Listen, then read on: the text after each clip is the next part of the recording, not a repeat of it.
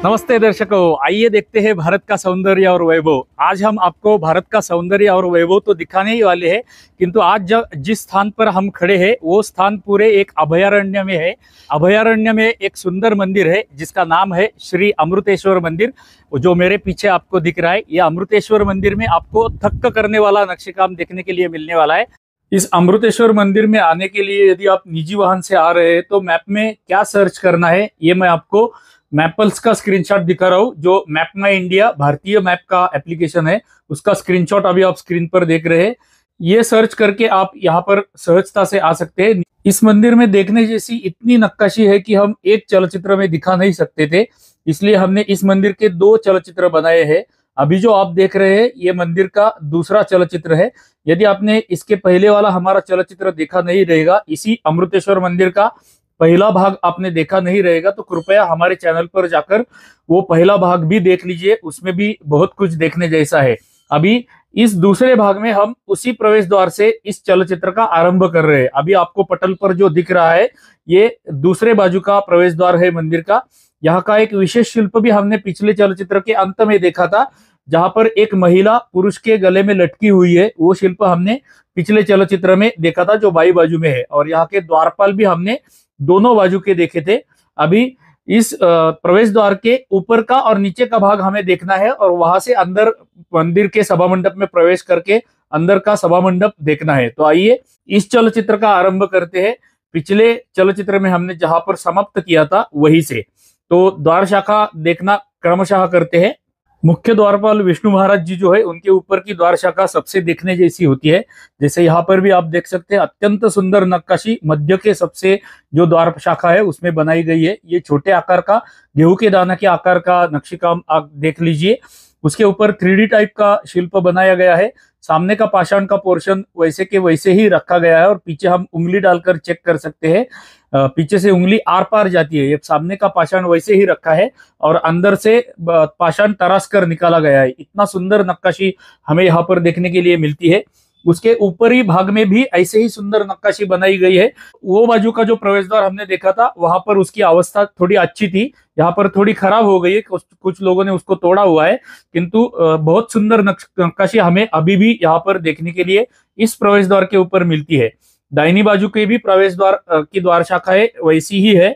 ये मुख्य द्वार शाखा, यहाँ पर भी हम उंगली डाल के चेक कर सकते हैं। सामने का पाषाण वैसे ही रखा गया है और अत्यंत सुंदर नक्काशी। यहाँ पर आप इसके अंदर देख सकते हैं, शार्प धार इसमें बनाई गई है। प्रवेश द्वार के ऊपर की नक्काशी इतनी सुंदर है कि हम देखते ही रह जाते हैं। इसकी बारकाइयां हमने उस बाजू के प्रवेश द्वार में देखी थी, इसलिए हम यहाँ पर समय व्यतीत नहीं करेंगे। हम अभी इस मंदिर के प्रवेश द्वार का उंबरठा देखेंगे और सभा मंडप में उसके पश्चात प्रवेश करेंगे। तो आइए सभा मंडप का उंबरठा देखते हैं यहाँ पर क्या है। इस उमरठे पर भी हमें 2 कीर्तिमुख दिखाई देते हैं, और उसके मध्य में अत्यंत सुंदर बारीक आकार की नक्काशी बनाई हुई देखने के लिए मिलती है। अभी हम सभा मंडप में प्रवेश करते हैं।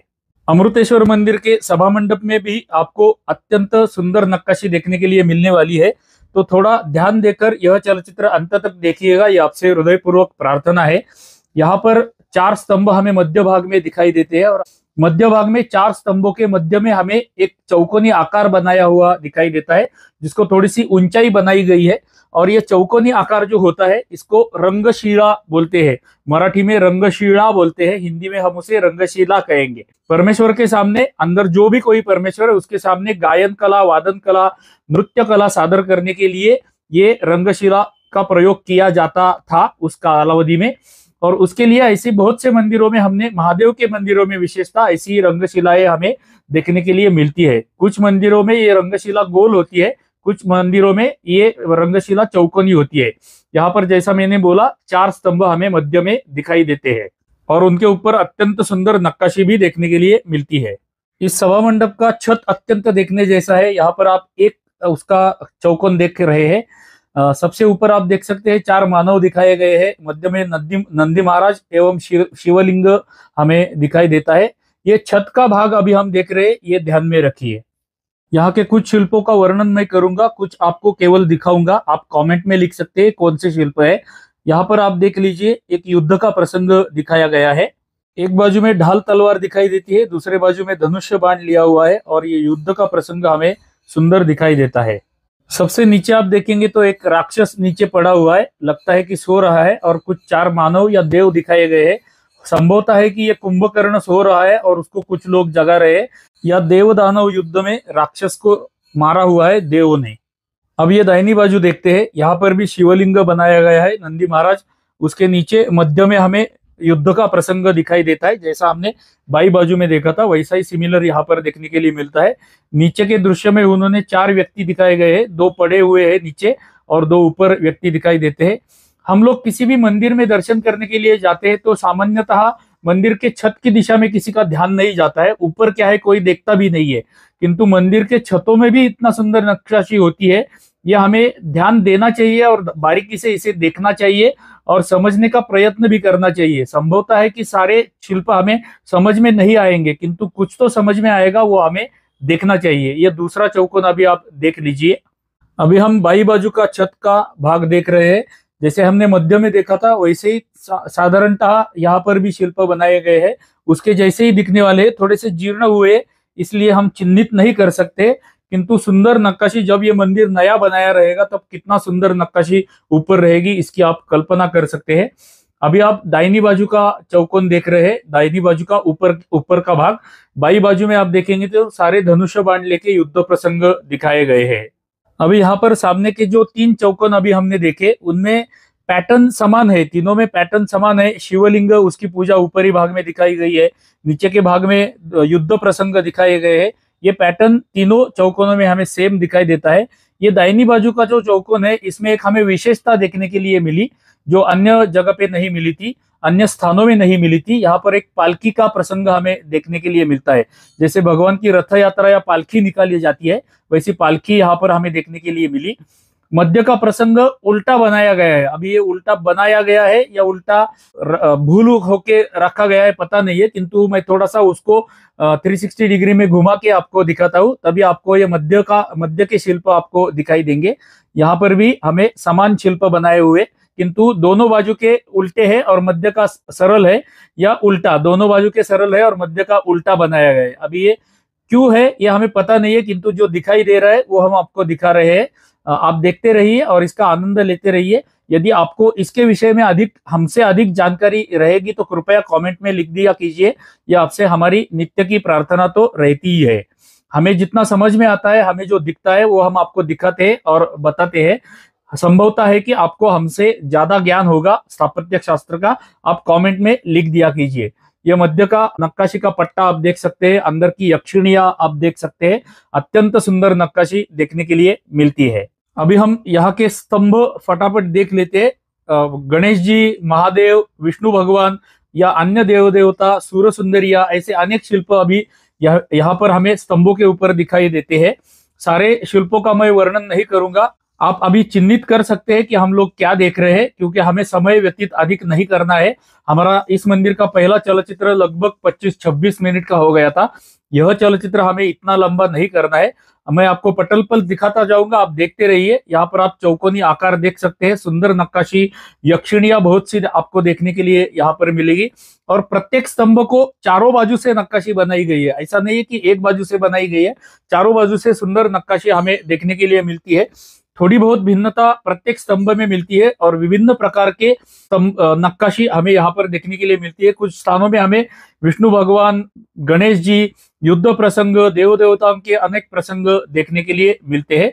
आप चिन्हित करते रहिए, यदि आपको कोई शिल्प चिन्हित हो गया तो आप कमेंट में लिख दीजिए, ये आपसे प्रार्थना है। ये स्तंभ की दूसरी बाजू हमने देखी, अभी उसी स्तंभ की तीसरी बाजू हम देख रहे हैं, ऊपर से नीचे तक, ऊपर यक्षिणी। ऐसे 4 स्तंभ यहाँ पर है, सभा मंडप में 4 स्तंभ है, जिसमें से पहले स्तंभ के बाजू हम देख रहे हैं। और ऐसे शिल्प हमें प्रत्येक स्तंभ के ऊपर दिखाई देते हैं। विविध प्रसंग, कुछ समाज जीवन के प्रसंग, कुछ देव देवताओं के प्रसंग भी हमें ऐसे मंदिरों के स्तंभों पर दिखाई देते हैं। देव देवताओं के प्रसंग इस मंदिर में हमें अधिक दिखाई देते हैं, जो आप अभी पटल पर देख रहे हैं। देवी माता के विविध अवतारों के शिल्प भी हमें कुछ स्तंभों पर यहाँ पर देखने के लिए मिलते हैं। नर्तिकाओं के बहुत से शिल्प देखने के लिए मिलते हैं। अभी आप ये स्तंभ की पहले स्तंभ की चौथी बाजू देख रहे हैं। ये मध्य का भाग 3 बाजू में प्लेन रखा गया है, सामने की बाजू से उसको शिल्प बनाया गया है, बाकी भागों में शिल्प बनाए हुए हमें ऐसे दिखाई देते हैं। नर्तिकाओं के शिल्प, युद्ध प्रसंग, विविध प्रकार के शस्त्र अस्त्र हाथ में लिए हुए शिल्प अनेक देखने के लिए मिलती है। धनुष्य बाण हो, गदा हो, ढाल तलवार हो, ये छोटा सा शिल्प आप देख लीजिए। इसको छोटे आकार का शिल्प है, लगभग 4-5 इंच का ही शिल्प है, किंतु इसके अलंकार देख लीजिए, उसके ओट मुकुट, उसके कमर के अलंकार, ये आप देख लीजिए कितना सुंदर नक्काशी। 4-5 इंच के आकार के शिल्प है, किंतु उनके अंदर भी हमें बारकाइयां दिखाई गई है। नृत्य करती हुई सूर्य सुंदरियां तो बहुत से देखने के लिए मिलती है। उसके ऊपर कोणाकृति नक्काशी जो चारों स्तंभों में समान है, और यक्षिणियां तो हमें हर एक स्तंभ के चारों बाजू में ऊपरी दिशा में हमें देखने के लिए मिलती है, जो मंदिर का भार अपने हाथों के ऊपर लिए हुए है। अभी हम दूसरा स्तंभ देख लेते हैं फटाफट, समय की मर्यादा है हमें। ये आप स्तंभ देख लीजिए, समान कोणाकृति नक्काशी ऊपर दिखाई गई है, और नीचे के भाग में हमें विविध प्रसंग दिखाई देते हैं। इस शिल्प में आप देख लीजिए रिद्धि सिद्धि सहित गणेश जी का दर्शन हमें यहाँ पर हो जाता है। उसके नीचे एक शिल्प है, नृत्य करती हुई महिला के शिल्प प्रत्येक स्तंभ के ऊपर हमें देखने के लिए मिलते हैं। और जो 4 स्तंभ है उसका सामने का जो भाग है वहां पर ऐसे बड़े आकार के शिल्प हमें देखने के लिए मिलते हैं। कुछ मुगलों ने आकर भंजन किए हुए हैं, किंतु बहुत सा नक्काशी अभी भी हमें देखने के लिए यहाँ पर मिलती है। ये स्तंभ की दूसरे स्तंभ की सामने की बाजू अभी हम देख रहे हैं। अभी मैं आपको एक ऐसा हमारे पूर्वजों का नमूना दिखाता हूँ जो आप देखकर थक्क होने वाले हैं। आप यहाँ पर देख सकते हैं सामने का पाषाण वैसे के वैसा रखा गया है। मैं उंगली डालकर आपको दिखा रहा हूँ, सामने का पाषाण वैसा ही है, और पीछे हम उंगली डालकर चेक कर सकते हैं उसका गैप। अभी ड्रिल मशीन नहीं है, मिलिंग मशीन नहीं है, आधुनिक कोई भी मशीन नहीं है। बिना आधुनिक कोई मशीन के हमारे पूर्वजों ने इतने छोटे आकार में इतना सुंदर नक्काशी कैसे बनाई रहेगी, केवल छिन्नी हथौड़ी के साथ इसकी कल्पना आप कर सकते हैं। और ये हमारा भारत का सौंदर्य है, ये हमारे भारत का वैभव है। ये मंदिर की बारकाइयां होती है जो हमें बारकाई से देखनी चाहिए, हमें भी देखनी चाहिए। हमारे मित्र, कुटुंब, सहपरिवार, सहकर्मी, हमारी अगली पीढ़ी, हमारे स्नातक, सारे लोगों को ऐसे मंदिर दिखाने का छंद हमें लगाना चाहिए।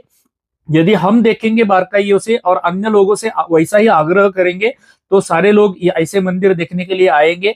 और हमारे मंदिरों की जो पहले इकोसिस्टम थी, अर्थव्यवस्था थी मंदिरों की, वो फिर से जागृत हो जाएगी। इसलिए हमारा ये प्रयास रहता है कि हम प्रत्येक मंदिर की बारीकियां दिखाने के लिए इतना समय व्यतीत करते हैं।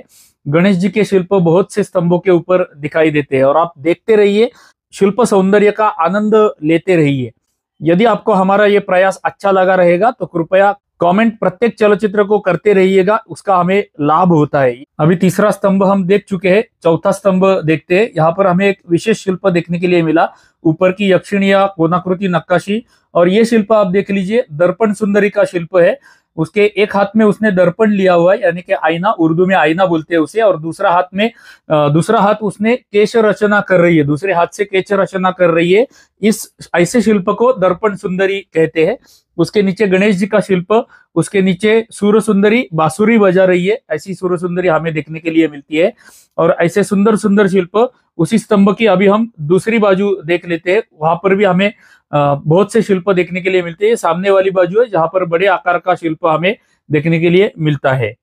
ये भगवान विष्णु का शिल्प हो सकता है, किंतु अभी जीर्ण हुआ, इसलिए कुछ शिल्प हम चिन्हित नहीं कर सकते हैं, किंतु कुछ चिन्हित कर सकते हैं। उसके ऊपर का ये आप शिल्प देख लीजिए, गणेश जी का शिल्प भी हमें बहुत स्थानों पर देखने के लिए मिला।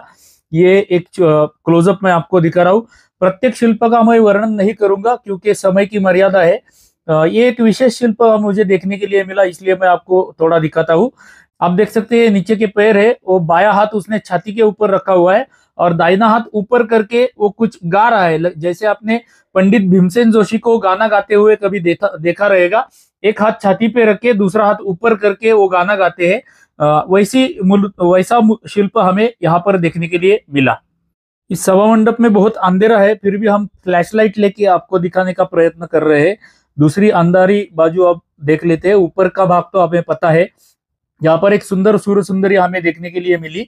इसके गले में एक हार पहनाया गया है, वो नीचे से पीछे से नीचे बाहर आया हुआ है। ये हार है उसके गले में पहनाया हुआ, और उसको अत्यंत सुंदर अलंकार बनाए गए। ये छोटे छोटे आकार के शिल्प है। ये देवी माता का शिल्प है। उसके बाद दोनों बाजू में 2 महिलाएं दिखाई गई है, और बाहर की बाजू में भी 2 महिलाएं हैं। ये नीचे का शिल्प देख लीजिए, यानी कि यहाँ पर प्रत्येक स्तंभ के ऊपर 5 या 6 शिल्प बनाए गए हैं। सामने की बाजू से एक बड़ा शिल्प प्रत्येक स्तंभ के ऊपर दिखाई देता है। ये शिल्प आप देख लीजिए, एक हाथ में डमरू लिया हुआ है। ऐसा शिल्प कुछ भिन्नता भी हमें देखने के लिए मिलती है, विविधता भी हमें देखने के लिए मिलती है, किंतु पैटर्न सारे स्तंभों का समान है। ये अगला स्तंभ आप देख लीजिए, ऊपर की यक्षिणिया, उसके नीचे किया हुआ कोनाकृति नक्काशी आप देख सकते हैं। ये कोनाकृति नक्काशी भी चारों स्तंभों में समान बनानी है। वो नक्काशी सारे चारों स्तंभों में समान है। और जो नीचे वाले शिल्प है उनमें हमें विविधता देखने के लिए मिलती है, जो आप अभी पटल के ऊपर देख रहे हैं। उंगली डालकर दिखाने वाला जो पोर्शन मैंने दिखाया था वो हमें चारों स्तंभों में दिखाई देता है, और बड़े शिल्प भी सामने की बाजू से हमें चारों स्तंभों के ऊपर देखने के लिए मिलते हैं। तो ये सभा मंडप के मध्य भाग के 4 स्तंभ केवल अभी हमने देखे हैं। बाकी भाग तो हमारा देखना बाकी ही है, जो अभी हम आगे देखना क्रमशः करने वाले हैं। ये अंतिम स्तंभ की बाहर की दूसरी बाजू हम देख रहे हैं। यदि आपको संभव है तो अपना निजी वाहन निकलकर महाराष्ट्र में आके भंडारदरा डैम के बाजू में अभयारण्य भी है, आपका पिकनिक भी अच्छा होगा, और ये सुंदर मंदिर भी आपको यहाँ पर देखने के लिए मिलेगा। मंदिर के अंतराल में प्रवेश करने से पहले छत में हमें अन्य एक शिल्प दिखाई दिया। ऐसा लग रहा है कि ये पूरा स्तंभ, जैसे हमने अभी 4-5 स्तंभ देखे थे, ऐसा ही एक स्तंभ ऊपर छत में लगाया गया है। अभी ऐसा स्तंभ ऊपर क्यों लगाया गया है हमें पता नहीं चला, किंतु एक स्तंभ ऊपर की दिशा में हमें देखने के लिए मिला, जो यहाँ की विशेषता है। यदि आप में से किसी को ये पता रहेगा तो कृपया कमेंट में लिख दीजिए।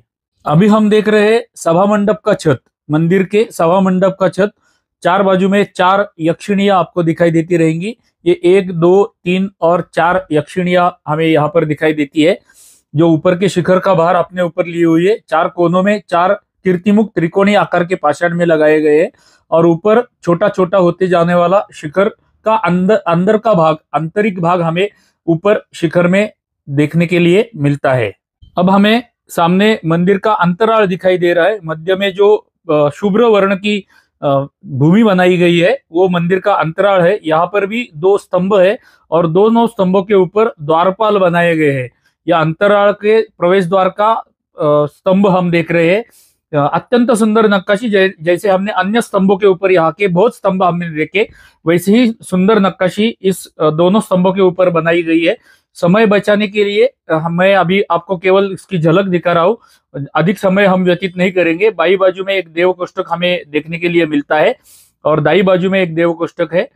ये अंतराल के अंदर के 2 देव कोष्ठक है। अभी इनमें कोई मूर्तियां नहीं है। ऊपर का छत हम देखेंगे तो ये अंतराल का छत अभी देख रहे हैं, छोटे छोटे होते जाने वाला शिखर अंदर के भाग से, और मध्य में आपको कमल दिखाई देता रहेगा। 4 कोनों में 4 कीर्तिमुख त्रिकोणीय आकार के पाषाण में बनाए हुए। ये भी ड्राई जॉइंट पद्धति का मंदिर है, शुष्क सांदा पद्धत, और सुंदर नक्काशी का नमूना हमें ऊपर भी देखने के लिए मिलता है।